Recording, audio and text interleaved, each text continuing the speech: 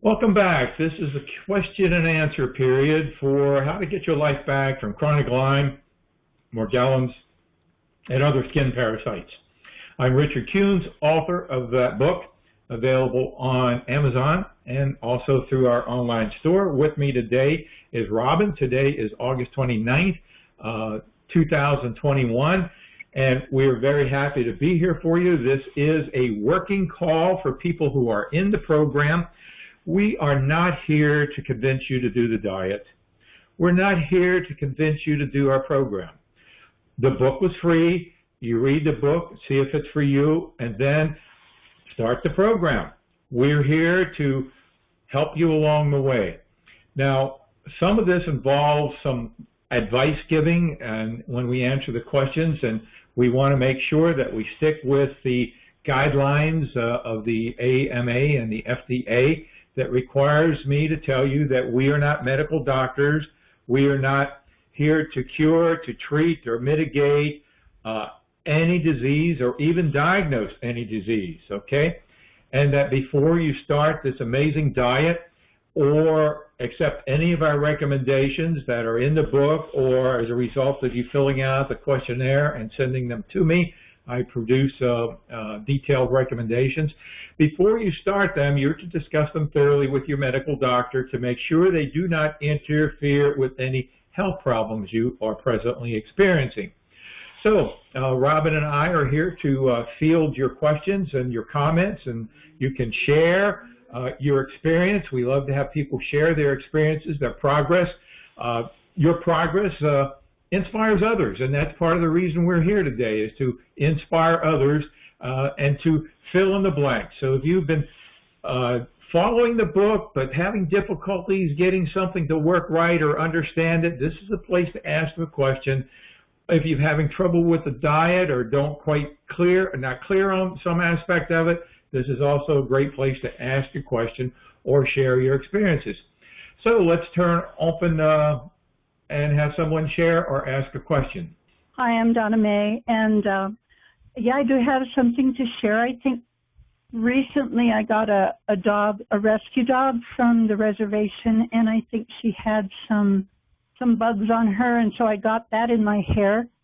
So I do have some of your shampoo, and what I want to share is I fill up my tub with your debriding soap. Then the first thing I do is I dip my head in there into the water. Mm-hmm. Then I squeeze it out as much as possible, and then I put your shampoo, I massage it into my scalp and pin my hair up because my hair is long. Then when I get into the tub, I set my clock for an hour, and I will listen to something on the radio or something that I'm interested in while I soak, and then I'm learning while I'm soaking. Then afterwards, when I get out and dry myself off, or actually I let myself air dry so that I'm not rubbing anything anywhere else on my body, then I'll go and wash my hair. But I always keep a damp washcloth with me so that nothing is getting into my eyes. Mm-hmm. So that's, I think, important to do so that you don't have those little critters. Yes, you have a barrier. You have a barrier there to keep it from running down from your forehead into your eyes. That's very good. Thank you. Yeah. There's also Amazon has a head tub, and it's really a bowl, and one side is kind of concave where your neck can go in, and you can actually put solution in and lie on one side at a time to submerge your head as well. So that's in one of our blog posts. That's another approach that also can be used. Thank you for sharing, Donna. Yeah, you're welcome. Keep coming back. So are you progressing? Would you say that you're progressing? Things are getting better for you? Oh, yes. It's very, very, very much better. Almost, I just have one lesion that is left, and since I've had this disease for so many years, I just have to be patient, because it didn't, 20 years is a long time for them to set up housekeeping. Yeah. And they've done it very deeply into my system, so I'm just being patient.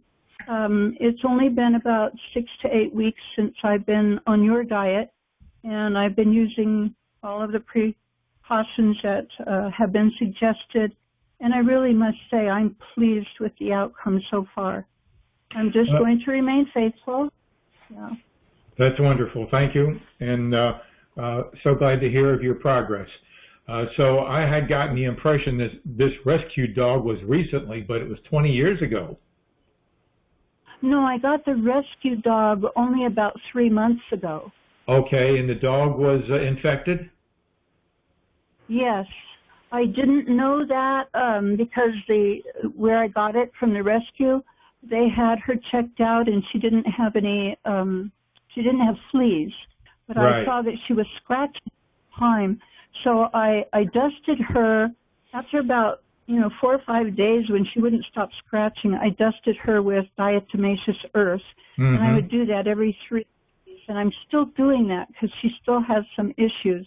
So, and then yesterday I completely sprayed the entrance where she and my old dog both live at night, and they're in and out during the day. So I sprayed that completely and closed it up with ammonia.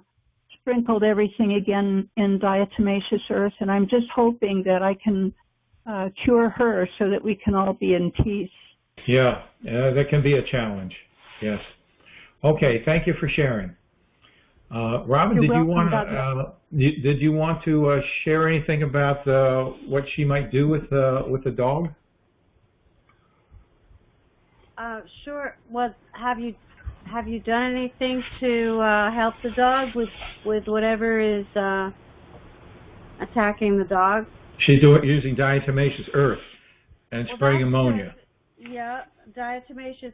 Well, I wouldn't use ammonia with a dog. No, the environment, the surroundings.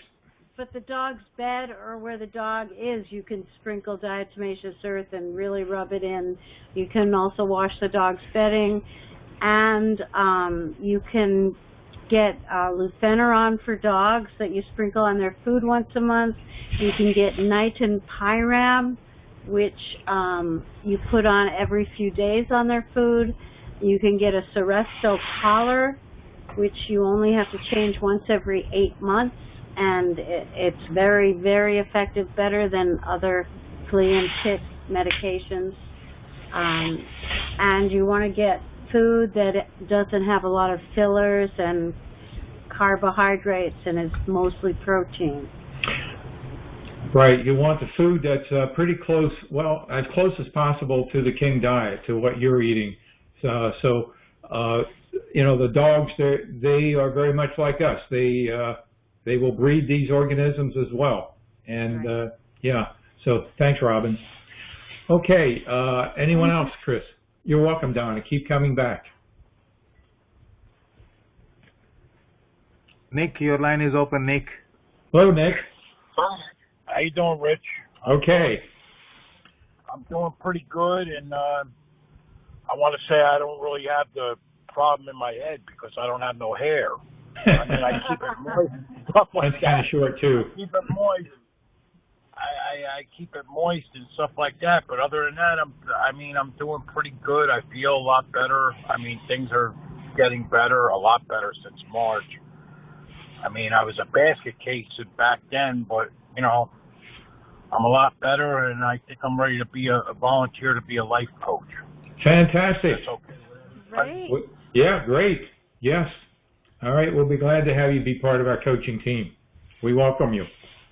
Okay, so later on you can share your phone number after we stop the recording if you'd like to contribute some time as a coach. Sure. Great, thank you. Well, that's a great way to pick up a coach. Anyone else, Chris? Oh, hi. Hi. Yes. I recently got with Megan, who has been helping me with getting these things out of my eye. Megan recently introduced me to amlactin, the lotion, and had been breaking down the biofilm in my eyes so I can try to remove these things. But I'm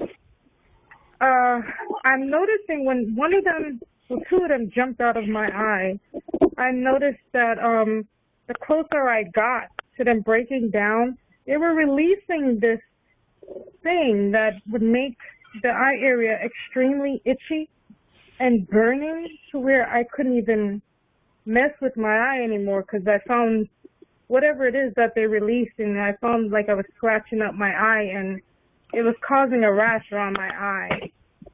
And I was just wondering if there is any advice you'd be able to give me on how to possibly get them removed more effectively.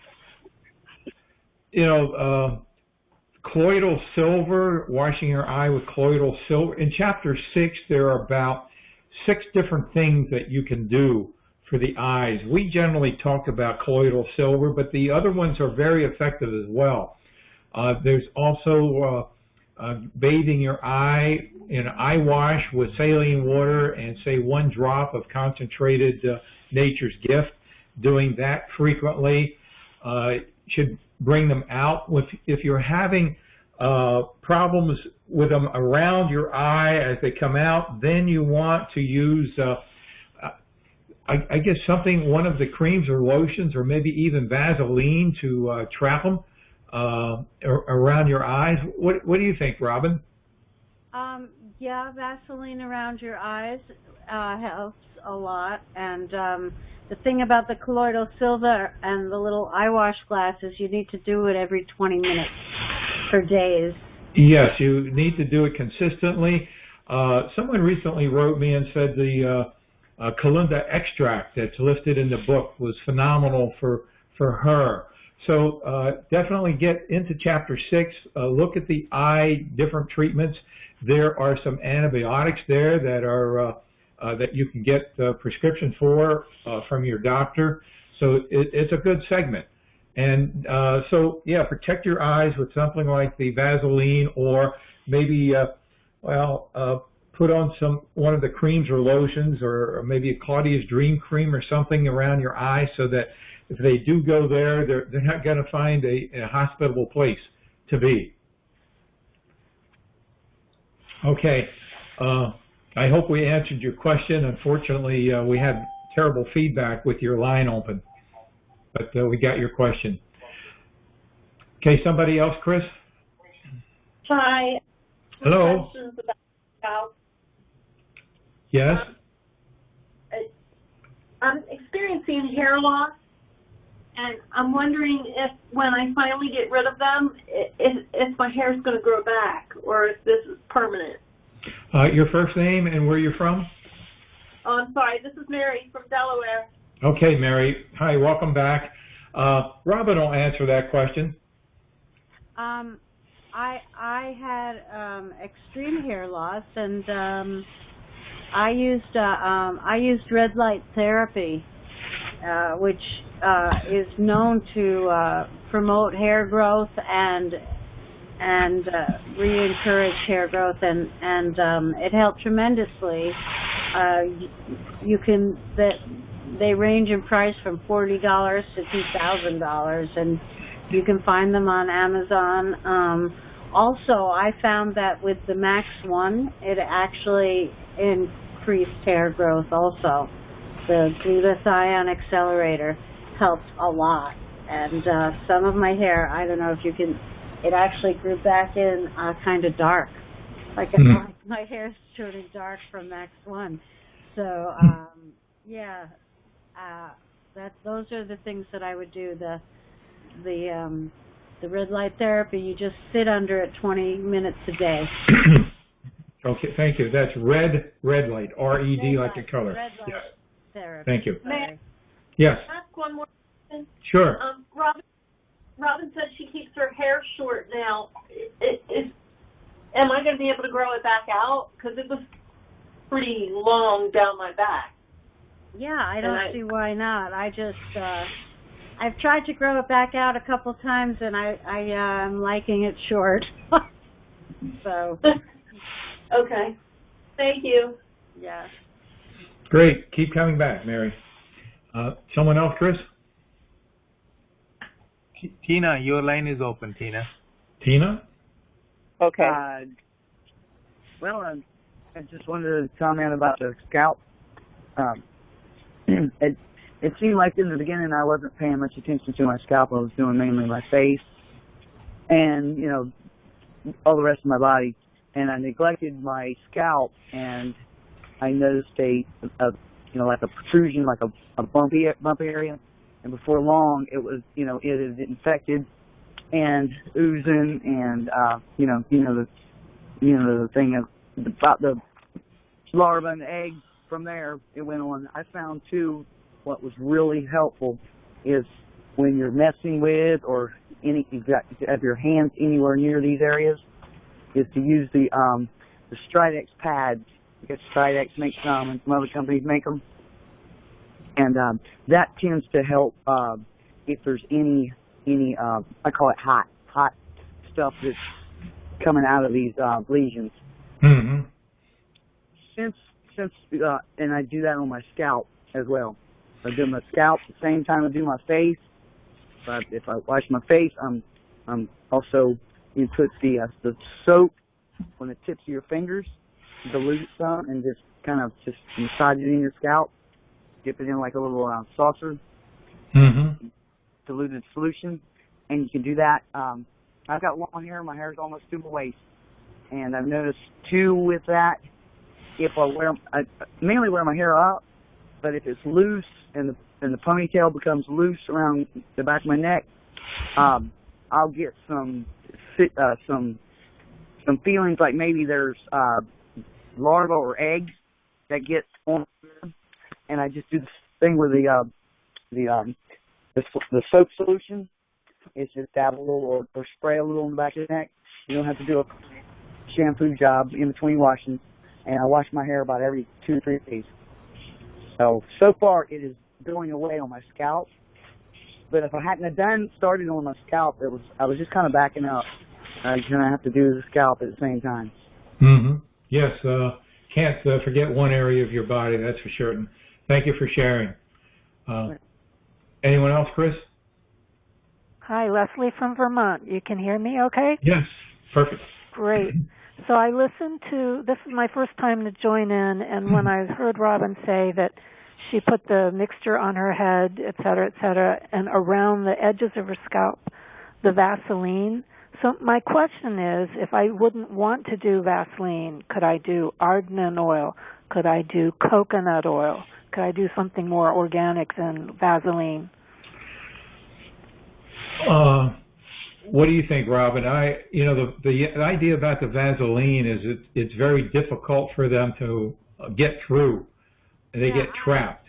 I used a lot of oils. I use oils on my skin all the time, and none of those organic oils stop the parasites from getting into your eyes, and they're not thick enough in that way. And Vaseline was the Vaseline. There's things like Desitin or what is that white stuff that you put on your nose? Zinc oxide. That would work, but coconut oil definitely will not work. I mean, I use coconut oil with essential oils, and I've used it, but it didn't stop them from getting out of my hair. Only Vaseline did. Yeah, coconut oil is not really an active oil in terms of parasites. It's good for hydration and good to feed your skin, but it really doesn't do anything against the parasites. Doesn't trap them or harm them. Well, it is antimicrobial, but it sounds like it's not anti-parasite. Yes. You use it as a carrier oil to mix the peppermint oil and the neem oil and the... Yeah, we have it in many of our formulations. We have coconut oil, but so thank you. Okay. That was my question.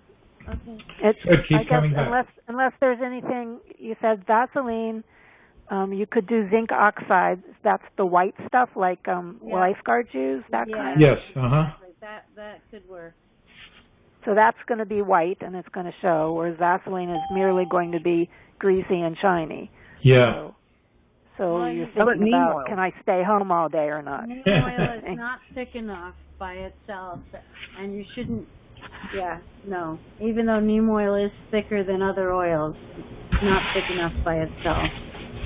Yeah, we're not looking at doing this forever and ever and ever. We're looking at, basically handling the more mature organisms that are there. They're the ones that are more difficult to destroy and are more likely to migrate elsewhere. Oh, the ones already hatched versus the Yes, eggs that are going to. Yeah, the more so it's mature. the already ones that we're using the Vaseline or zinc oxide on. Right, right. They might be alive for a number of days or weeks and have fully matured, and they are more likely to migrate and find a new home and start a new colony. Okay. So while I have you, this is a different question. A couple weeks back, you had a Sunday afternoon call on getting Morgellons out of the eyes, Yes.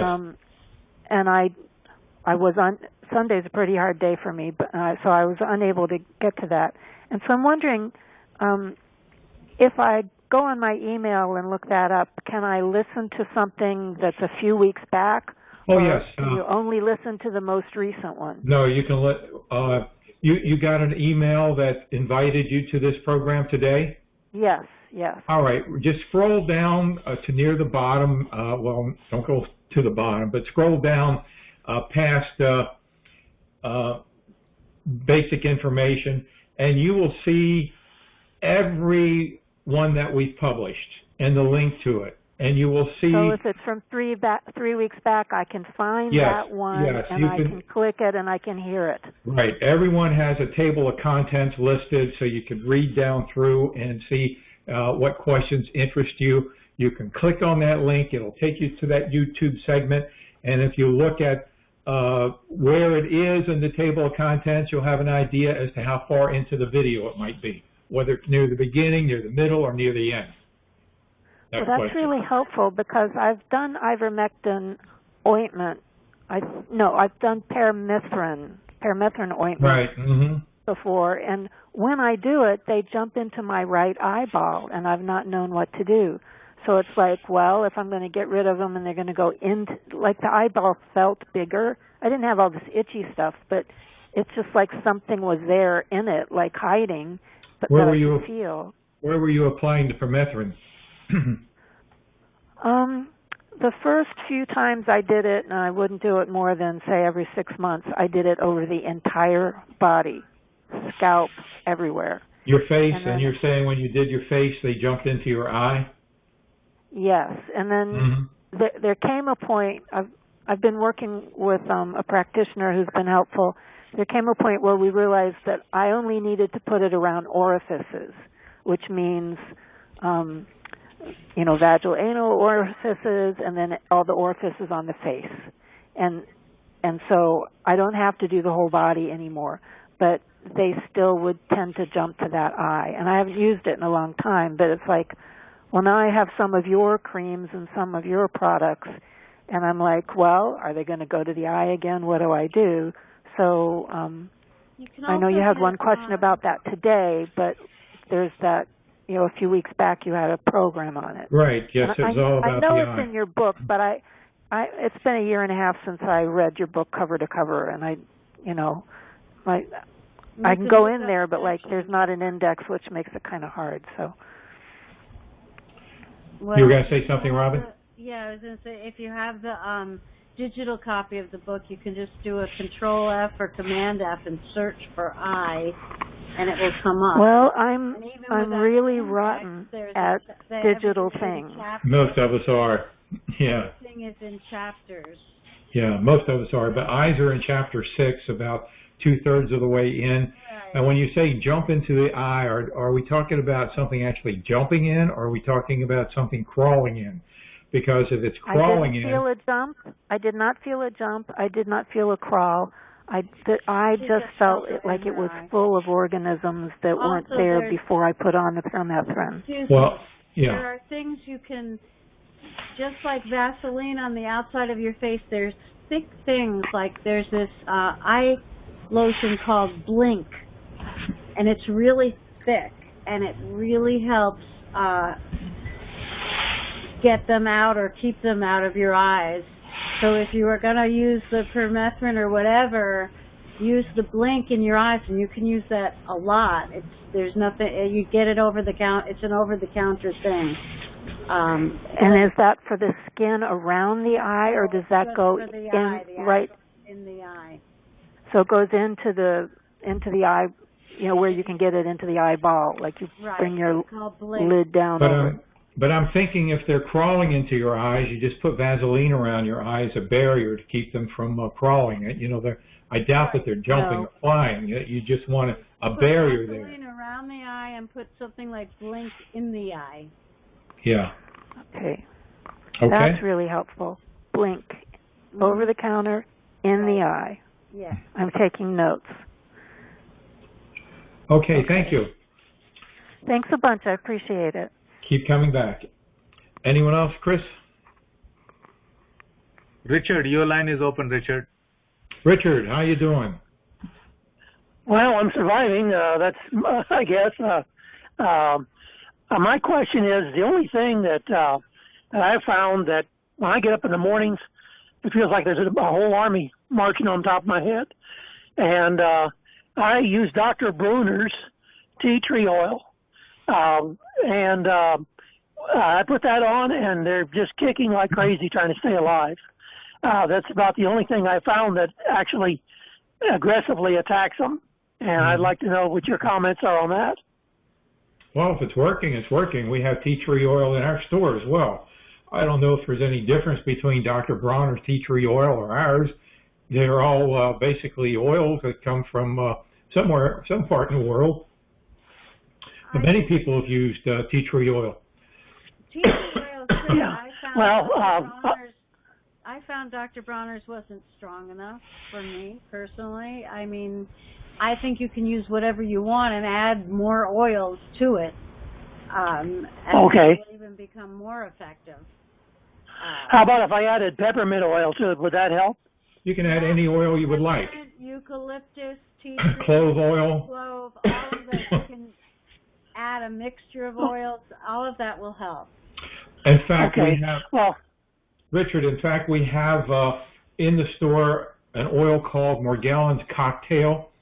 It's for internal consumption, but it's got clove oil in it. It's got cinnamon oil in it, peppermint oil in it. These are high-quality oils.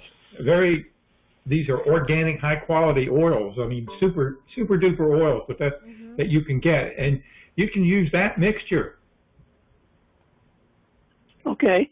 You may want to dilute it. You may want to dilute it with some coconut oil. That might be something you want to do. Okay. To give you a little information here, I had an appointment Monday with my dermatologist, and after Monday, I'm not going back anymore because every time I bring up about doing a biopsy on my hair, I don't know why it is they don't want to do a biopsy with my hair follicles, but I told them, I said you need to if you're going to do a biopsy, you need to do it up there, not down here on the skin where there's no problems on my arms. And they just danced around it. And then they come up and they wanted me to do light treatments again. And I said, light treatments don't do anything for me. So I don't know why you only send me for light treatments unless you want to just go to work and suck more money out of my pocket. And so I just had it with them. And so I'm not going to go anymore to their clinic. They don't know any better. Did you listen to the first portion of this program about the scalp, cleaning the scalp? Yes. All right. There's your answer. There's your answer. Do that. Yeah. Do that protocol. Biopsies on hair in terms of getting DNA, hair it's not a great carrier for DNA, and it doesn't last long. Like I use a Spooky 2 Rife machine. Fingernails will last a month. Hair follicles last a day or two. So Okay. it's really hard to get a good sample out of hair. And it's basically Well, it's a waste of time to even get samples and have them tested because there are no standards against which they test. They have no standards to test against. I mean, it's like having them test your hair against dirt. There's no standard there. Exactly. Yeah. Well, it's like I say, all they were doing is rain dancing around the thing, and you know, and I mean that's what they're in business for, I guess. No, they just don't know how to deal with this. They don't know. Yeah. They just don't know. They don't have any experience. Yeah. But anyway, that's what I'm using. I'm using the Dr. Bronner's, and it every morning when I put it in there, they're just kicking and fighting, trying to stay alive, and of course it kills them, you know. Well, do the protocol we went through. Doing it just once isn't going to do it. You need to do it maybe 3-4 times a day if that's what's working for you. You know, just doing it once a day isn't going to do it. Yes, I understand. Okay. Okay, thank you, sir. You're welcome. Keep coming back. Who's next, Chris? Hi, this is Karen from Hi, Karen. Cape Cod. How are Welcome. you? Good. Good. I wanted to ask you about the diet because I did stage 1 for 2 weeks, and now and it was wonderful. I really had the biting and the crawling all seemed to disappear, but I went on to stage 2, and I think I'm going to have to go back to stage 1 because I don't know. I've been terrible biting going on now, and I think, especially at night, not so much during the day. The days are okay, but I'm finding that, When you shifted to stage 2, did you jump right in, or did you do a little bit of just one thing and then progress from there? Well, I was famished for certain things. So okay. He jumped right in. I did. I jumped right in. So I had a lot of cheddar, and I had sour cream, and. Sour cream is not on stage 2. It's stage 3, is it? Yeah, sour cream is not stage 2. That's you were totally off the diet, and cheddar you got to be careful of. Really, the foods that are best to start stage 2 with are green apples and bananas and walnuts. Those are the best foods, and then move into some other things like the cheddar cheese, and make sure it doesn't have any additives are in it. You know, check the ingredients. Yeah, some organic or cheese or what? Yeah, later. Okay. Well, thank you. Then the other thing is that I feel like every night I go to bed and I have socks on. I have long pajamas on because I'm afraid they're going to bite me. And then I have on these different headgear so that they don't attack my head. But they always get to my face. They get to my nose. They get to my, and I have earplugs. I put in earplugs so that you should see what I look like. So I look like an alien. But take us a picture. But I'm just wondering, like with around my nose, I was putting Vicks. Do you think that's a good Vicks vapor rub? Do they not like Vicks? I mean, is that they don't like menthol, right? Yeah, no, that's pretty good. Yeah, that should be good. That would be a good thing, right? Yeah, okay. That should be good. And then I've been taking your soap, the debriding soap, and I dip the earplugs in the soap and stick them in my ears. And then that seems to really help. As long as the earplugs stay in my ears, I'm okay. But I just wondered if other people have that same thing where they attack you at night like that in bed. Yes. Yes, that's the time where oftentimes they become more active and you wake up 3 a.m. and I used to have to jump into a scalding tub of water just to get some relief and change the sheets and go crazy at 3 a.m. Absolutely. That's how it is. It looks like you went to stage 2 too fast. And sour cream threw you really back like light years. Okay, thank you. That's good. And just one last thing, ozone generators. Can you tell me if those are good or not? Well, we recommend ozone generators. I mean, each person has their own preferences. Ozone generator, you need to use it every day in the same space. We have them with timers so that they need to be producing about 7,000 milligrams of ozone for every 5,000 feet. I'll give you an idea. A typical bedroom is like 12 by 12. That's 144 square feet. So right. In a large room, you might need 2 ozone generators, one at each end. You don't put them at the same location. And yep. You run it for a half hour, off for an hour, on for a half hour, off for an hour, on for a half hour, and then off. And then after about 15 minutes, you can occupy the space. So they need to be run like that every day in a space for at least 21 days. So they're rather cumbersome to operate that way. Many people choose the electrostatic sprayer because you can disinfect that same area in about maybe 3 or 4 minutes. Yeah, I've got that too, and I'm doing that. I'm doing that as well. I just wanted to ask you though, do you think it reduces the number of organisms when you do that? Yes, it does. It does because they cannot live in an atmosphere with ozone. Okay. Well, thank you so much. You've been wonderful. Yes, but remember, it doesn't keep the eggs that have been laid maybe 15 days ago from hatching 2 or 3 days from now. Right. That's why it's done for so 21 days. Every single day. Every single day. Right. You know what? That's so good to know. Also, I found I needed to do the ozoning and the electrostatic sprayer. And also about the bed, if you're not using zippered vinyl mattress, box spring, and pillow covers, your bed is infested, and every time you get in it, you're getting reinfected. Okay. That makes a lot of sense. I did the mattress, but I didn't do the box spring, and I just keep changing the pillowcase. I don't have pillows. You gotta get the zippered vinyl. Yeah, it's got to be vinyl, not the cloth. Okay. Yeah. Great.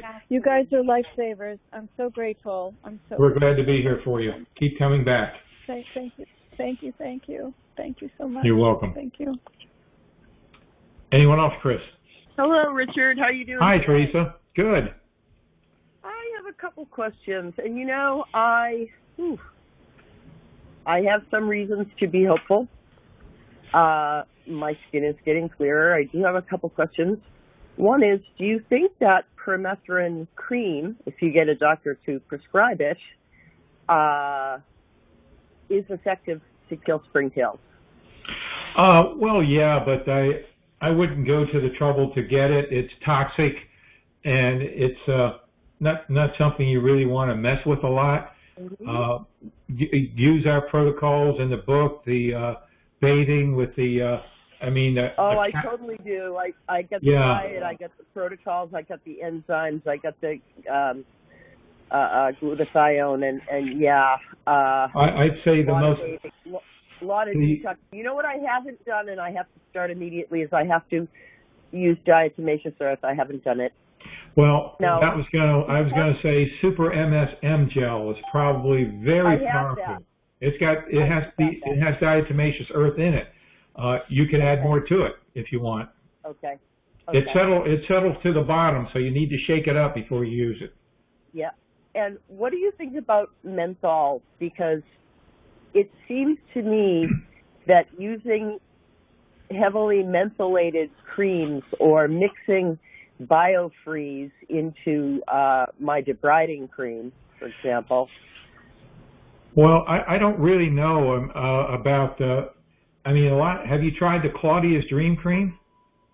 I haven't tried Dream Cream, but I feel like the menthol is killing organisms in my skin. I think there's menthol in the Claudia's Dream Cream. You might check it out, but I think it's in there.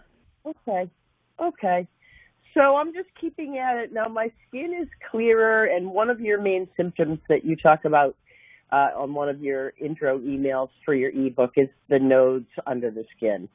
And that's what I do have, that creepy Morgellons texture, like your skin is corduroy, and the little white nubs that just keep coming up and out of the skin, which are springtails as far as I understand.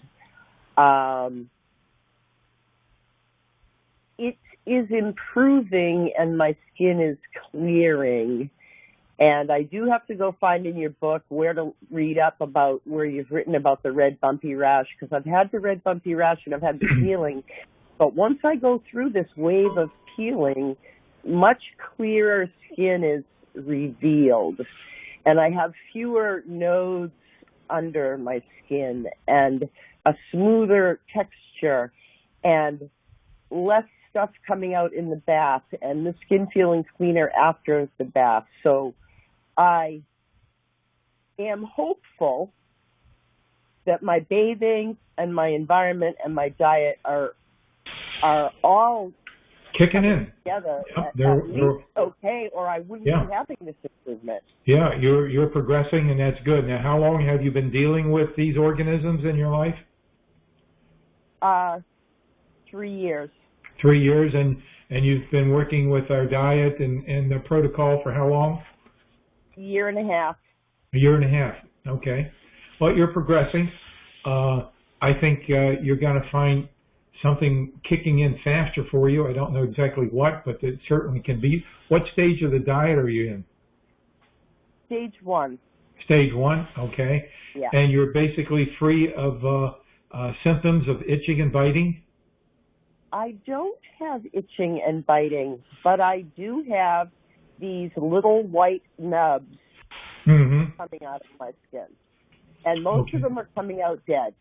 And they come out in the tub. I get a lot of white foam in the tub that you talked about once when it's all clumped together. Yeah, they're dead.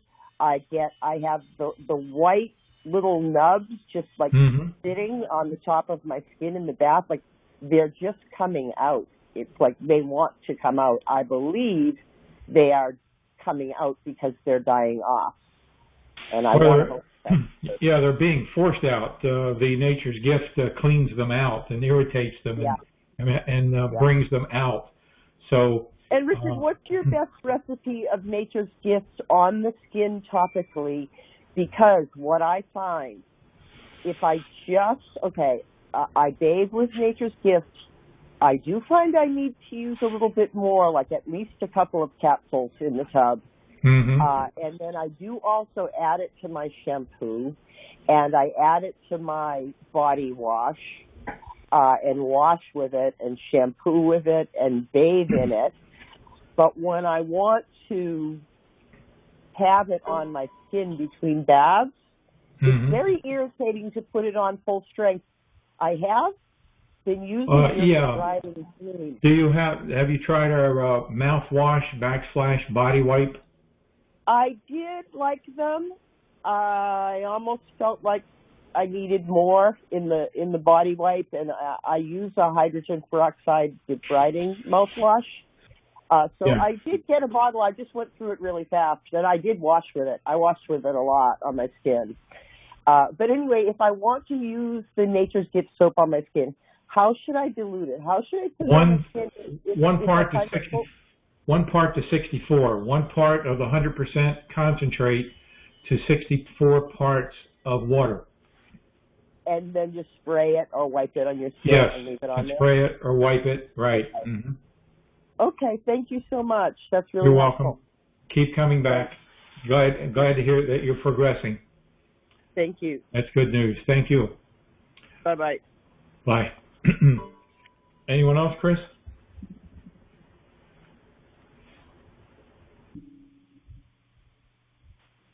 Christina, your line is open, Christina. Thank you. Hi, it's Christina from New Jersey. Hi, Christina.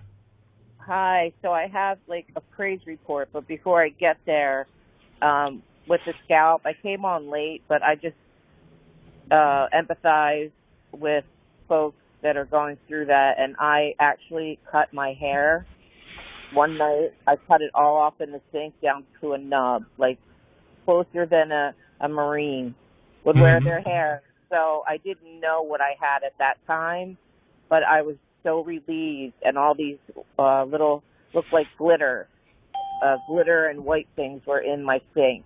So that started my journey with going to doctors, and I had like a dozen lumps on my head. So anyway, I just empathize for all the folks going through that. Praise report, I did exactly what you told me to do. Last week, I sprayed the diluted Nature's Gift and used it for my nose. And they're just falling out. So thank you for that. That was, You're welcome. I was afraid to use it in my nose. I didn't know if I could. So, and then I don't bathe. I have my spine is fused from one end to the other, all the way down to my hips. So getting in and out of a tub and doing much of any movement really hurts. So I have the soap. I use the soap. And after my shower, the other day I had a little buzzing around my knee, and then I get skin burning. I don't get a lot of itching. So I sprayed the Nature's Gift, and then I start rubbing just with my hand. And I had some pretty mature, gray-looking bodies coming out of my knee, so I could tell that I need to do a lot of work on my legs. My whole body, I'm sure, but boy, it's the only thing I've used that works. I started out, you name it, I bought it, like most people, and I was spending $500 a month for 3 months from Australia. They have a Demidoc, they call it the Demidoc program, and she swore to me up and down that it would kill anything. Well, guess what? It didn't. It didn't. And I was furious, and I couldn't afford it anymore. So, and thank you for the tip on the bed vinyl. I did used to zip up my mattress, but it wasn't vinyl. So I will definitely get that. So thank you so much. You're welcome. Great. Keep coming back. I'm glad you're experiencing progress. Something that you might use around your to massage is the skin lotion that we have. It's got peppermint in it and one of the other essential oils in the Nature's Gift, and you can massage that into your knees and your legs. Make your skin wet first, and then apply it and rub it in it until the whiteness goes away. As soon as you start rubbing in the skin lotion, it'll turn white. So you rub it in. It might take 2 or 3 minutes, and it'll go away. Then just wet your knees again with plain water and massage. It'll get white again. That means not everything has been absorbed into your skin. So you rub it again until all that whiteness goes away. And you might repeat that another time. So that really gets in it deep. Okay, I will do that. And I'm probably going to get a glove, like, with a little scratchiness on it, like they use, for beauty treatments. For exfoliating? Yeah. But I want a glove because it seems to work better. Yeah, so you can do that. I don't think you have that in the store. No, we don't have an exfoliating glove. We have exfoliating cream, but not an exfoliating glove. Our exfoliating cream, you work the same way as I just told you, and it will exfoliate your skin as well. All right, perfect. Thanks again. You're welcome. Keep coming back. Love to have you. Okay, anyone else, Chris? It's Donna Mae again. Hi, Donna. I have a suggestion. Yes, I just wanted to make a suggestion when you were talking about the very thin oils that don't work. My father was very, very allergic to petroleum, so he could never use Vaseline. And I make a lot of my own salves. And I was wondering, I'm passing this by your wisdom, I was wondering if some type of oil were mixed with beeswax. You melt the beeswax on a very low heat in a double boiler, and That's a very good idea, Donna. Yes. Very, very good idea.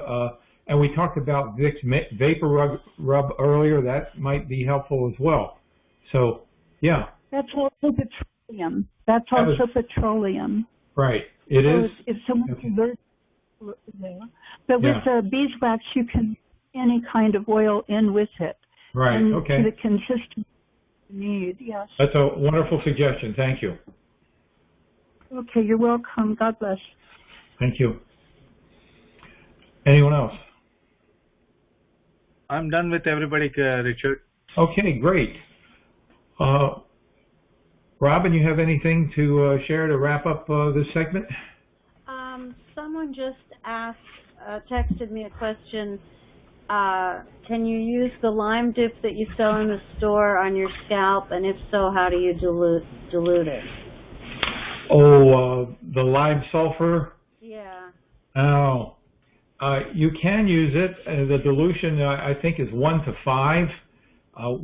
One part of the lime sulfur to 5 parts water, and it's gonna make your skin kind of rubbery. So it's not really the best thing to do. It's sort of like an animal dip. Right. So, you know, you can use it, but I don't think it's. I think we have better products that are going to be as effective, if not far more effective. Right. Yeah. Like the first part of the program that we did was just about the scalp, and so listen to that. Okay, anyone else? I guess that's it then.